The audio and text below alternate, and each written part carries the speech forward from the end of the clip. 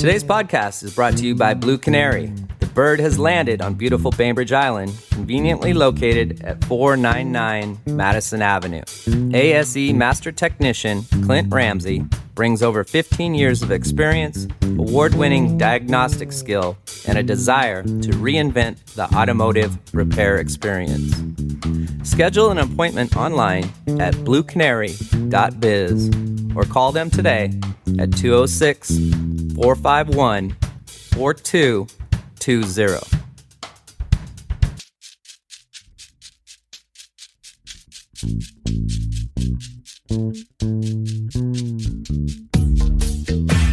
I got something for your mind, body, and soul.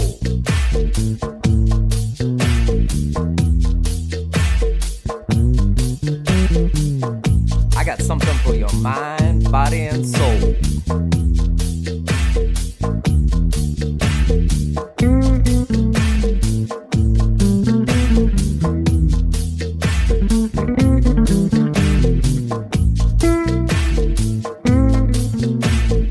You have found the B.I.STANDER Podcast. Now here's your host with the most, Tiny Tim.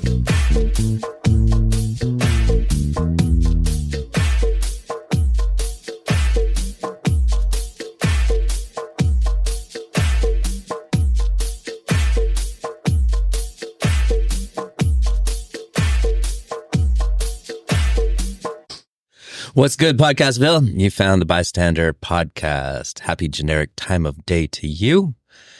We are talking EVs today with Michael Cox and Kevin Thomas. Kevin, how are you today? I am well. We're going to talk about more than just EVs. Yes, we are. Mike, how you doing today? Hey, not too bad. Another nice day. No rain here on the lovely Bainbridge Island today. Beautiful. This is beautiful, Bainbridge, not lovely. Lovely? I go beautiful. I like lovely. How about lovely, beautiful? Beautifully lovely. I don't know. Hey, so I bought another electric vehicle after last year's event, and I'm looking forward to this year's event. There's so many more things going on. Kevin, why don't you get us started with a couple of things that are happening? So we are launching on September 14th at Electrification Expo, but we're actually doing it in collaboration with the Bainbridge Environmental Conference. That's a conference that's been going on for a number of years. How many years, Mike? I think it's 23 now. 23. And so they tackle really interesting topics related to environmental concerns of different sorts. And this year's theme is electrification. And is it always on Bainbridge, this conference? Yeah. No, they started a long time ago, and they've done all sorts of things, climate change, wetlands, yada. And it's a combination of 5 groups, actually. It's Sustainable Bainbridge, it's the Bainbridge Island Land Trust, it's the Bainbridge Island Parks and Trails Foundation, it's Islandwood, and it's Eco Adapt. So every year they come together and put this on. We are, in addition to that, we're working with them, but we're a different kind of a group that's cobbled together to do these kind of events. Yeah, so it's the same group of volunteers who helped organize the EV event last year that you went to. Yeah, and tell people a little bit about what was going on at that event and how it compares to this. Yeah, so the EV event, we really tried to focus on getting dealers there with new EVs, both electric vehicles, cars themselves, but also then bikes too. And then we also invited a whole bunch of different people from the public to come and bring their cars and just sit with them and talk to people about what that was like, which I think turned out really well. We had over 400 people show up last time. And so for this event, we really wanted to build on the strength of that and what worked well. And so we're going to have some speakers start out. Brian Stewart from Electrify Now is going to be there. But then we've also got a series of breakout sessions, which you can say more about, where we're going to have island residents actually talk about their experience with things like installing solar or installing a heat pump. We're going to talk also about some things that are related to policy and how to get started, related to some of the things that we've done with the climate action plan with the city. And so that will give people an opportunity to do all of that in small, intimate sessions. And then we've got a broader expo that's going to fill up the Woodward main commons room.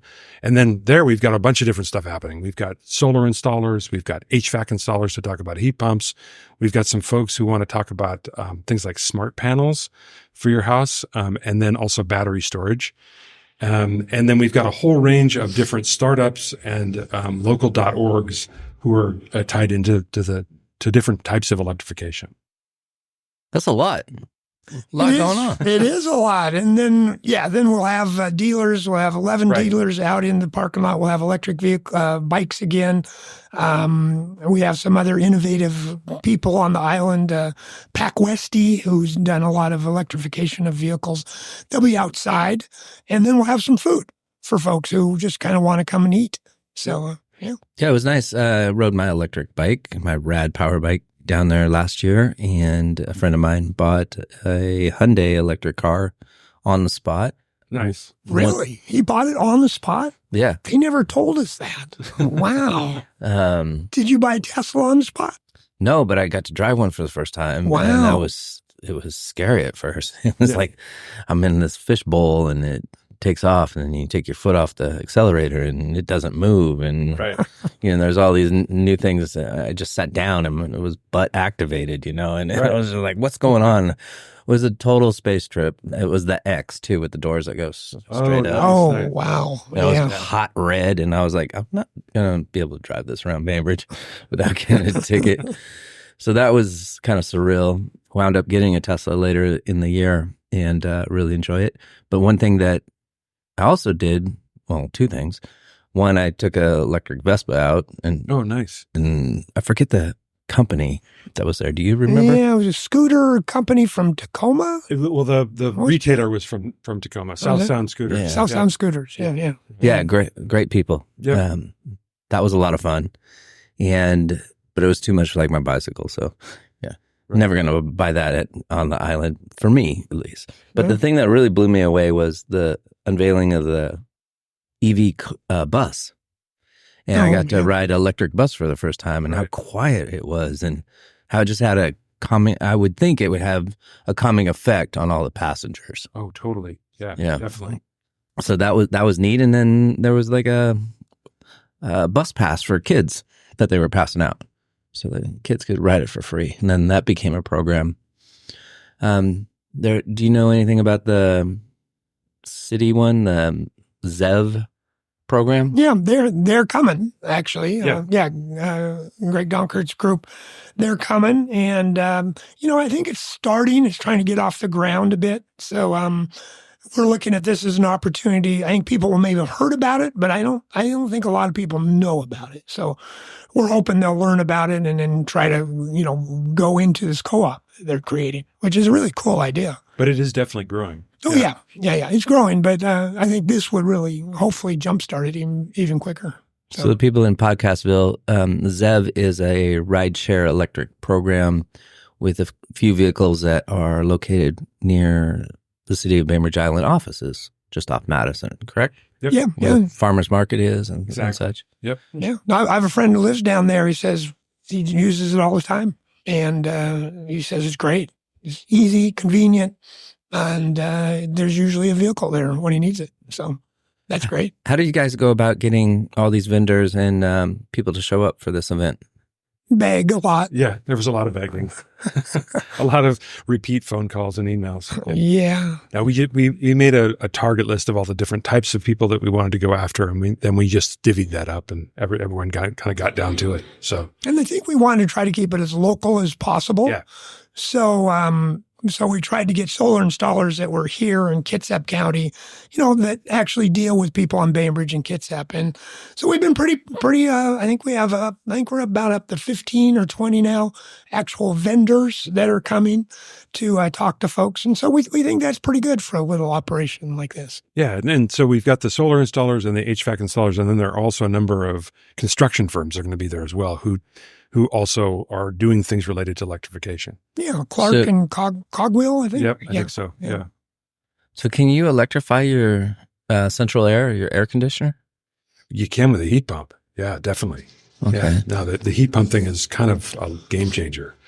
I mean, everyone thinks about it as a way to reduce their energy bills and have more efficient heating, but the real benefit now, given the world we live in, is the air conditioning.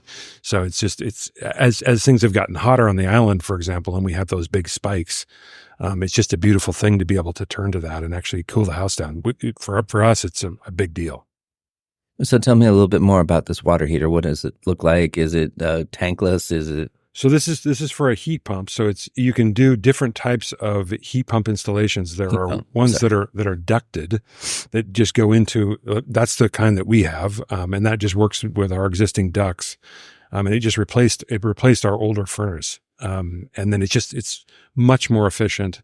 And then again, it's able to heat the house well in the winter, but then also, when you do need it, not every day, you can then turn on the air conditioning, which is great. And then there's also there's also ductless ones that fit on the wall. Kind of, you've seen them, I'm sure, in buildings or in houses where they're up on the wall, sort of above the door. But those kind of can work from room to room, and they range in price. But they're pretty easy to put in, and the technology's just keeps getting better. Okay.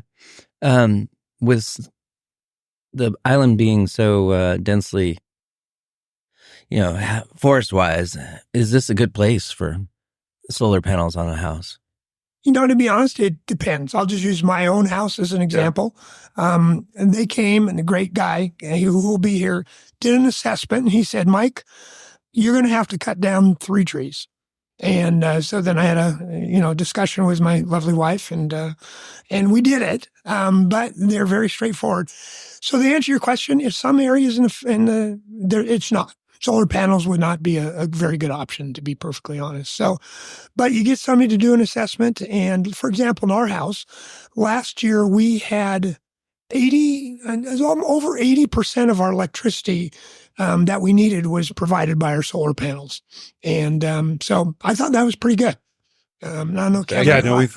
What was yours? We were lucky in that there's an area where we have a small outbuilding that was south facing, so it was perfect.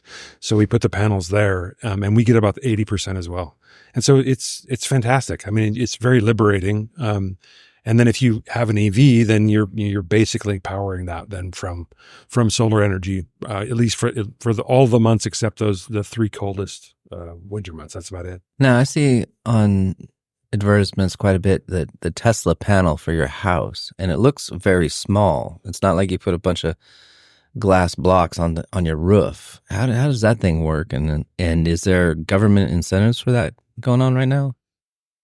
Yeah, the whole Tesla sort of technology suite is pretty interesting in terms of the panels themselves, and then they have a power wall that goes with that, which is a battery, which manages all of the way in which you're dealing with the grid, more or less. And then if, in fact, there's a power outage, of course, then that just kicks in and then powers your house, which is great.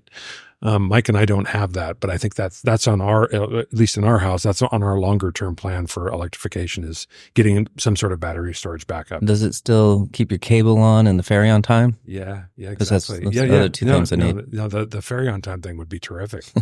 But yeah, so the panels themselves are not, they're not cheap, but right now there has been for a number of years actually, and then this was all strengthened by the Inflation Reduction Act. There's 30% tax credits for anything like that.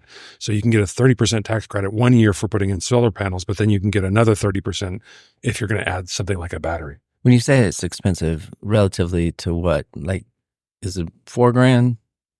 Is it? No, It's up. Let's just, for example, I think we had 18 panels, and so it's probably about $1,000 a panel, approximately.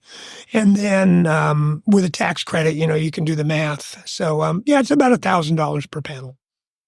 Approximately. I think it's going to vary. Right. The type of panel, there's all sorts of different kinds. And if you actually got panels from Washington State, which I understand, then you could get an additional tax credit.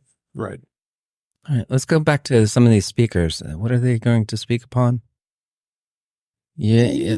Well, Brian. Yeah, we're going to go for Brian. Yeah. So in the last 5 years or so, there have been a number of organizations that have popped up that are really looking intensely at electrification as a program, more or less, as a way to think about what individual households, both homeowners and renters, can do to begin to think about lowering their carbon footprint, but also saving a lot of money and taking advantage of things like the Inflation Reduction Act offers, both the tax incentives, but then also the rebates that are available to certain types of households. And so Brian Stewart, who was a former climate specialist with companies like Nike, has built an organization in Portland called Electrify Now. And so they have a whole suite of tools on their site that you can go to, and a bunch of information resources on electrification. So he's going to come and talk about kind of the big picture of what electrification looks like. And then he's going to do a breakout session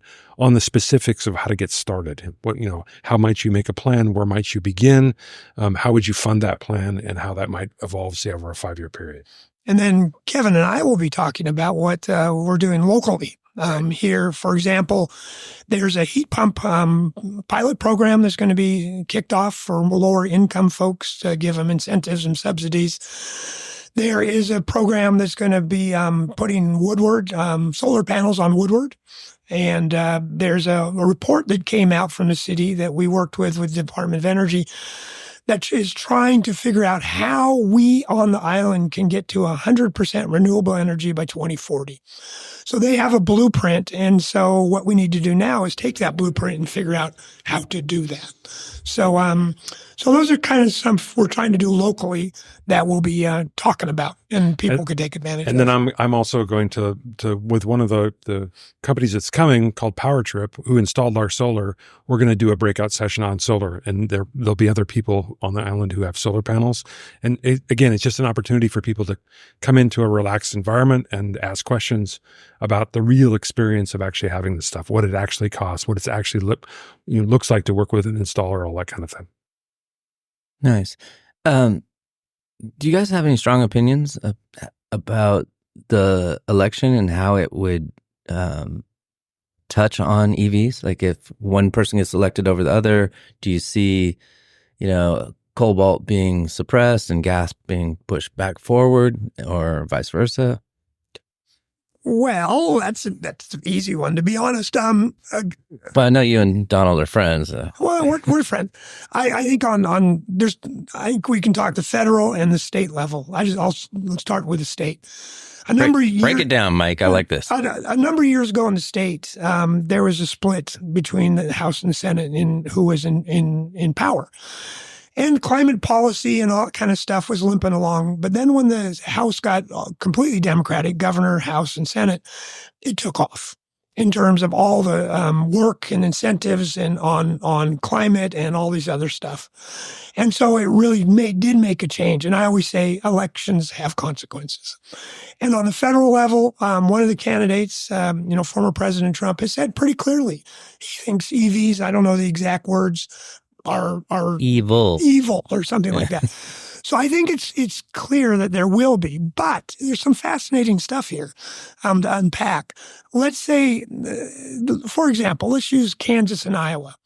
Right now, both of those states probably have 30 to 40% of their electricity generated by wind power. So you have these very conservative states that are going all in on this stuff. And so, there's this kind of... and that's the one that Trump dislikes the most, right? Oh, he thinks they call brain cancer and they bird killers. They do kill some birds, but I think my cat probably kills about almost as many as a windmill, to be honest, which I don't want to go there. But, fair analogy. Yeah. So to answer your quick question is yes, I think it will have a big impact. But I think it might be moderated a little bit just by the businesses seeing that this is the direction we're going, and they want to be a part of that. So, yeah, it'll be interesting. I don't know, Kevin, if you have any other insights. No, I think that's an interesting way to think about it. I mean, there's just a lot of momentum now that really matters to people, both in terms of where they're getting their energy, what that energy costs, and if it's dramatically less expensive, which... for things like coal and liquefied natural gas, it just is less expensive. And so if we can continue to make the grid work so that it can take on these new sources of power, then I think it just comes down to economics. And then if people want to make that politicized, they can. But in Texas, for example, as Mike was saying, I mean, that's an oil and gas state for sure. But most of all the new power sources are all renewables, mostly because they're more stable and more reliable and they're less expensive. So I think that in some ways that's going to carry the day. Well, you kind of use the sources around you too. Like Iowa, it's pretty flat, and the wind's whipping through there, so it makes sense to have the windmill. And Exactly. Texas has the oil, and we have the water. So what's up with hydropower in Washington State? It's still huge. Seattle City Light, I can't remember what percentage, is a very high, 90, over 90. So no, I think hydropower will continue. The interesting issue is starting to come up is, as we electrify, do we have the grid capacity to do that? So in other words, if we all go to electric cars, we got to make sure the grid is going to be able to provide that energy to electricity. Yeah. To electricity. So that's a whole huge issue that I think people are very aware of, but there's some real challenges in terms of doing that. Because if you think about a lot of the real huge wind and solar projects are out where people aren't. Mm-hmm. So you got to get it from there to a population center. And that takes transmission lines. And a lot of times there's a lot of pushback on transmission lines. So, well, you see how it's an interesting policy issue. See how it affected us with the cable on the island for the couple days over the weekend. Somebody cut and harvest cable, and that was one of those type of lines that you're talking about. That's a connection line. Yeah. Yeah. Out in the middle of nowhere, but it's going somewhere, right? It's going somewhere. So I think to me, that's the real issue that has to be resolved and talked about. And EVs, even the charging network, it's getting better. There's no doubt. But that has to get better, I think, for people to feel comfortable and without the range anxiety. Except you Tesla guys, you don't have to worry about it. But I just plug and go. Well, you go anywhere. I-90, I-5, Tesla charging stations. I'm taking it to Coeur d'Alene next weekend. Yeah, nice. There you go. So, wish me luck. I hope there's charging stations in Idaho. There are. I-90. Yeah. We've gone to California a number of times from the island, and the infrastructure has definitely gotten way more robust in the last couple of years. I have a friend that drives to Nebraska on the regular in his Tesla. Yeah. Never worries about the fear of the battery dying. Yeah. Range anxiety. Range anxiety. Yeah. It's Hashtag now, that, kids. Yeah. It's now in what's it called? The DMSD, the catalog of psychiatric issues. Right. Range anxiety is now in there. Wow. I'm kidding. No, I wouldn't doubt it. I mean, they'll make a pharmaceutical for it soon. Oh, there we go. Oh, that's a good. Thanks, Tim. I hadn't thought of that. Are we missing anybody else on this expo that we need to shout out? I mean, you have a lot of sponsors. It's definitely awesome. Yeah. Well, we mentioned Power Trip. They've been super helpful. What does Power Trip do? They're a solar installer, and Andy Cochran is going to join me on the breakout session on solar.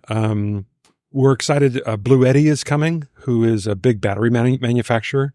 They're flying a rep out with a bunch of their equipment, so that's going to be great for people to see. They do the kinds of things that are akin to the Powerwall, but then they also do a lot of modular storage. So it's stuff that you can use to power your house or your refrigerator if the power goes out, but you can also then wheel those batteries onto your mobile home or something like that. Yeah, and we got a number of others. We have SunPower, Puget Sound Solar, Blossom Solar, Mercurios, Frederickson Electric, Kicking Gas, Sullivan, Economy, Hearth and Home, now that we're just naming them. Yeah. Hello Windows and Doors have reached out. Clark, Cogwell, and then the other nonprofit, City of Bainbridge Island, PSE, Citizens Climate Lobby, Zero Third Cloud, Geothermal Rising, Small Planet Supply, Hazelwood is bringing 9 cars, Nissan, BI Cycle, Parks, Ace Hardware, Aunt Dolly's, and Mike Cox Incorporated, and starting a new business. And just to be clear, Clark Cogwheel is not a person's name. It's Clark Construction. Yeah, excuse me. Cogwheel Construction. Right. Yeah, thanks, Tim, for that clarification. We mentioned that heat pump pilot program. The group Kicking Gas, who just decided to join us, is the one who's going to administer that for the city. So I definitely think that folks should come out and get to know them. Well, I'll be in Coeur d'Alene this time, and I already bought electric, so I'm sorry I can't show up. But what kind of freebies are there? Don't tell me a lanyard at an electric event. Well, so we don't need a lanyard. We definitely wanted to minimize the stuff. So there's no lanyards, there's no T-shirts, and so Yeah. You got to remember who we are, Tim. We're just a bunch of volunteer knuckleheads trying to pull this together. We're not a business. We're not a nonprofit. I mean, we're part of organizations, but we're mostly No circus animals or clowns. No, exactly. Wow, circus animals. Well, there'll be some of us. Yeah. There'll be some clowns for sure. But, no bouncy houses and things like that. And this is September 14th at Woodward between 1 and 5. Do I have that correct? 12 and 5. 12 and 5. Yeah. And there's more information at Sustainable Bainbridge. Yep. Can you talk a little bit about what you do there, Mike? I'm part of a group called Climate Action Bainbridge, which is just a subset. Sustainable Bainbridge has, 7, 8 programs. Zero Waste, Climate Action Bainbridge, the Weed Whacker, or the Weed Warriors, not the Whackers, the Weed Warriors. So Climate Action Bainbridge, its goal is to try to help our community reduce our carbon footprint and make our place more resilient. So that's the group I'm involved in. And Kevin and I are both a part of the Climate Change Advisory Committee with the city. And so we do a lot of work with them on trying to help them implement programs for the city. So that's kind of my involvement. Have you guys read the new city plan for growth? Oh, the comprehensive plan? Yeah. I dabbled in it. We're supposed to talk about it at our committee, so I guess I guess we will read it here. And it's a quick read, 615 pages. Right. Oh, could you give us some highlights? Maybe? Yeah, I can unpack that for you. Could you unpack it? Is it good, bad? Work in progress. Work in progress. Okay. I think a late work in progress. Oh, yeah. Okay. It's overdue, I think. Have you had a podcast on that?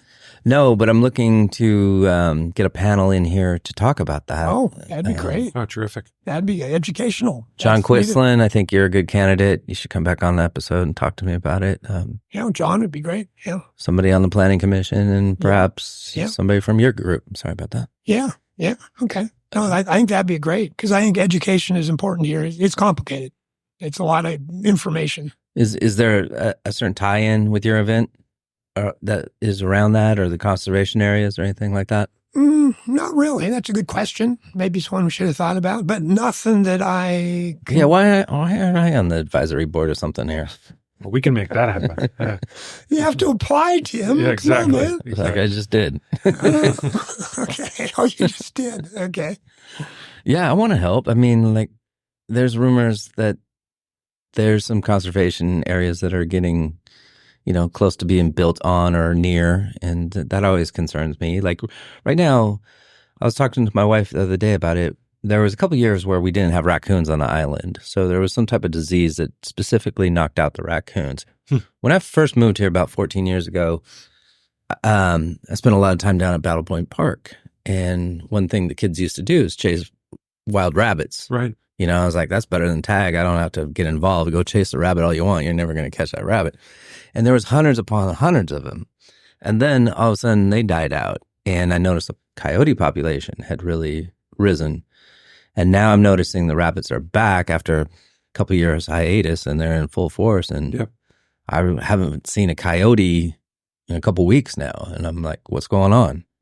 And, we had a few podcasts about conservation areas and the Bethany Lutheran Project, coming out for affordable housing near conservation areas. And just wondering if that's something that comes across your guys' eyes on the areas that we want to keep here on Bainbridge Island for, just the animals, the weather, the, anti-pollution fighters. You talked about 3 trees. I know that was a hard decision for you to cut those 3 trees down because something I think we all value here on the island more than we want to say is the air quality. Mm-hmm. Oh, yeah. It's really nice. Yeah. And every time you cut down a tree, around here, the tree huggers come out, right?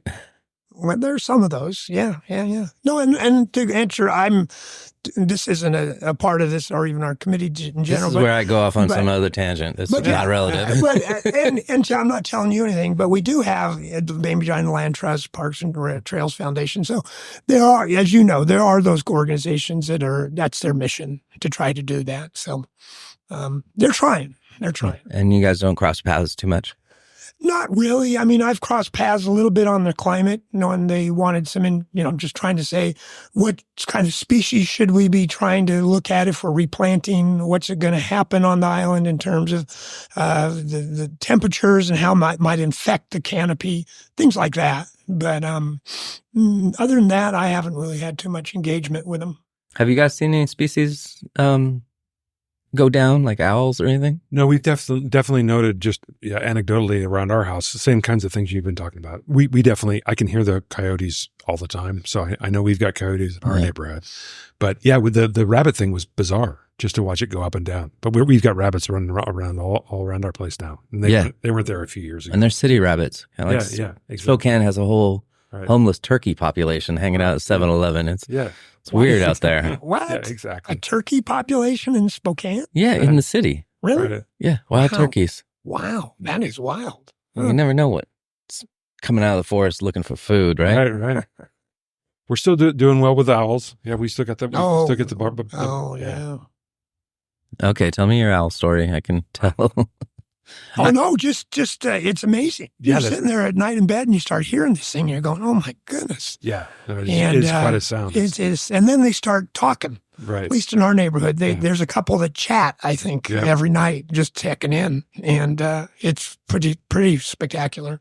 You ever walk a dog at night and have one swoop near you? I've done it when I was running in the Grand Forest. I had to take my hat off. Really? No, it took your hat off? Yeah. That's scary. Wow. Yeah, it was very scary. Wow. Then I was wide awake. Then I was mindful.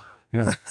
Yeah, that's a good reason not to put on a podcast when you go for a walk. Exactly. I was listening to a podcast and all of a sudden I heard the sound of the beating wings above my head. Yeah. Wow. Yeah. Wow. Well, maybe it was a controversial podcast on right. They're talking about killing a bunch of owls for another owl species. They are. Right. For the spotted owl. What were they talking about killing? Which I can't remember. $500,000 to save 8,000 or something? To save the spotted owl. Yeah, big. Yeah.